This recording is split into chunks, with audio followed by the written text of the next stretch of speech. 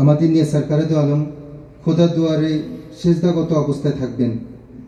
আমার রসুলের সেই দিনের সেজদা কোনো ইবাদত বা বন্দেগীর সেজদা নয়, সেই দিনের সেজদা হবে আমাদের জন্য শাফায়াতের সেজদা।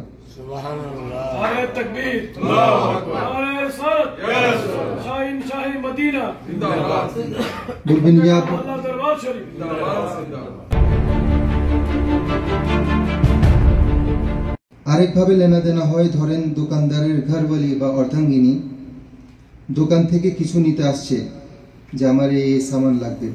দোকানদার কি তখন বলবে না আপনার যা যা লাগবে আপনি নিয়ে যান, আপনার যতটুকু লাগবে আপনি যতটুকুতে সন্তুষ্ট আপনি নিয়ে যান।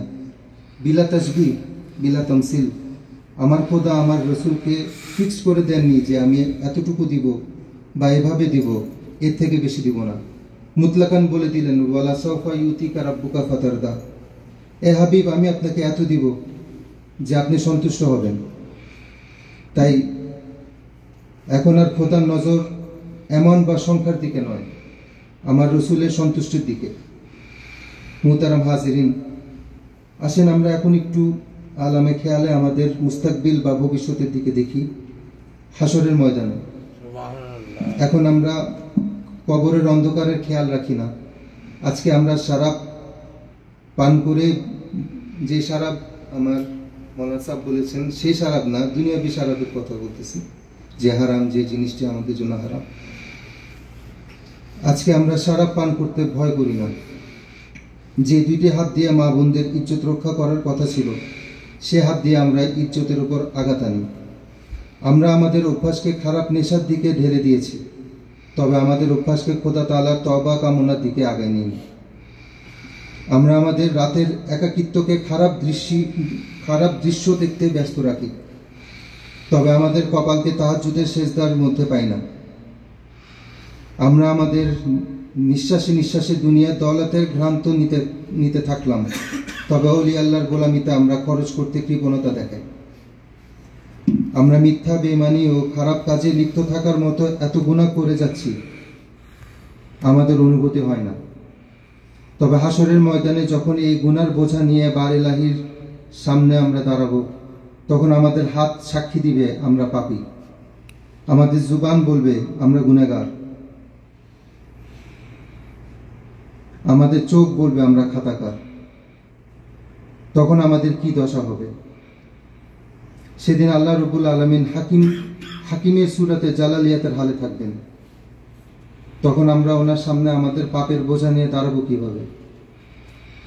উনি যা হুকুম দিয়েছেন আমরা সেই হুকুমের বরখেলাপ করে গেলাম, আর যা বর্জন করতে বলেছেন তা আমরা বেহিসাব করে গেলাম। কেমনে মালিকের সামনে আমরা নিজেকে উপস্থাপন করব? তখন সেই বিচারের ময়দানে আমরা ভাগতে ভাগতে সুপারিশের জন্য হযরত আদম আলাইহিস সালামের কাছে যাব। আমরা বলবো, ইয়া আবুল বাশার, হযরত আদম আলাইহিস সালাম, আপনি তো আমাদের আদি পিতা, আজ আপনাদের সন্তানদের আপনি রক্ষা করেন। জবাব, ইযহাবু ইলা গায়রি, যার যার জন্য শেষে তোমরা অন্য কোথাও যাও। আমার মুসা আলাইহিস সালামের কাছে যাব, বলবো, ইয়া মুসা কালিমুল্লাহ, আপনি আপনার উম্মতকে নীল নদ 2 টুকরা করে পার করালেন, আজ আমাদেরকে পুলসিরাত পার করার ব্যবস্থা করে দিন। জবাব আসবে, নফসি নফসি, ইযহাবু ইলা গায়রি, আজকে যার যার জন্য শেষে তোমরা অন্য কারো কাছে যাও। আমরা মায়ুস হয়ে হযরত ইব্রাহিম আলাইহিস সালামের কাছে আরজি পেশ করব, ইয়া ইব্রাহিম খলিলুল্লাহ, আপনার উপর তো আল্লাহ রাব্বুল আলামিন রাজি ছিলেন, আজ আমাদের উদ্ধার করেন। জবাব আসবে, নফসি নফসি, ইযহাবু ইলা গায়রি, আজকে যার যার জন্য শেষে তোমরা অন্য কোথাও যাও। ইয়া নূহ আলাইহিস সালাম, আপনি তো আপনার কিস্তিতে আপনার উম্মতকে রক্ষা করেছেন, আজ আমাদের রক্ষা করার ব্যবস্থা করে দিন। জবাব আসবে, নফসি নফসি, ইযহাবু ইলা গায়রি, আজকে যার যার জন্য শেষে তোমরা অন্য কারো কাছে যাও। আশার আলো যখন একটি একটি করে নিভে আসবে, আমরা মায়ুস হয়ে তখন ঈসা আলাইহিস সালামের কাছে যাব, বলবো, ইয়া ঈসা রুহুল্লাহ, আপনাকে তো ইহুদিদের আঘাত থেকে আল্লাহ রাব্বুল আলামিন রক্ষা করেছেন, আজ আমাদের আপনি রক্ষা করেন। জবাব আসবে, নফসি নফসি, ইযহাবু ইলা গায়রি, আজকে যার যার জন্য শেষে তোমরা অন্য কারো কাছে যাও। 1,24,000 আম্বিয়া একরামের কাছ থেকে নফসি নফসি শুনতে শুনতে আমরা না মায়ুস হয়ে পড়ব, আমরা নিরাশ হয়ে যাব।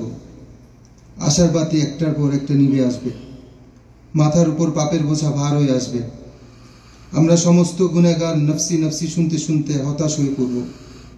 তখন একজন আওয়াজ দিয়ে উঠবেন, ইয়া উম্মতি ইয়া উম্মতি ইয়া উম্মতি ইয়া উম্মতি। আমরা তখন মাথা তুলে দেখব এই নফসি নফসি জমিনে উম্মতি উম্মতি ধুন কে গাচ্ছেন, সবার মধ্যে এই ভিন্ন ডাক কে দিচ্ছেন। তখন আমরা দেখতে পাবো আমাদের সাফায়েতের কান্ডারি, সেই কালি কামলিওয়ালা, সেই উম্মতওয়ালা, সেই উম্মতের খাতিরে কারবালার ময়দানে নিজের খানদানকে কুরবান দেনেওয়ালা হুজুর পুন্নুর সাল্লাল্লাহু আলাইহি সাল্লাম আমাদের সাফায়েতের জন্য হাজির হয়েছেন। তখন আমার সরকারে দো আলম আমরা গুনাহগারদের একত্রিত করবেন, আমার বার ইলাহি দরবারে আমাদের নিয়ে যাবেন। আমাদের নিয়ে সরকারে দো আলম খোদার দুয়ারে সেজদাগত অবস্থায় থাকবেন। আমার রসুলের সেই দিনের সেজদা কোনো ইবাদত বা বন্দেগীর সেজদা নয়, সেই দিনের সেজদা হবে আমাদের জন্য সাফায়েতের সেজদা।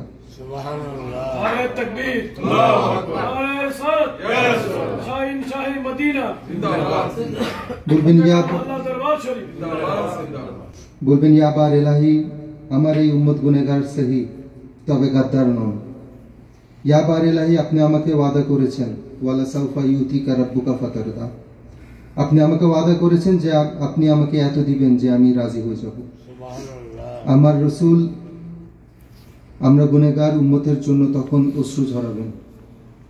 আমার রসুলের অশ্রু দেখে আল্লাহ রব্বুল আলামিন বলে উঠবেন, এ হাবিব আপনি আপনার চোখের অশ্রু থামান, আপনি আপনার চোখের অশ্রু থামান ইয়া রাসূলুল্লাহ, নতুবা আপনার অশ্রু জোয়ারে জাহান্নামের আগুন নিভে যাবে। আর এই জাহান্নাম আমি আপনার দুশমনের জন্য বানিয়েছি।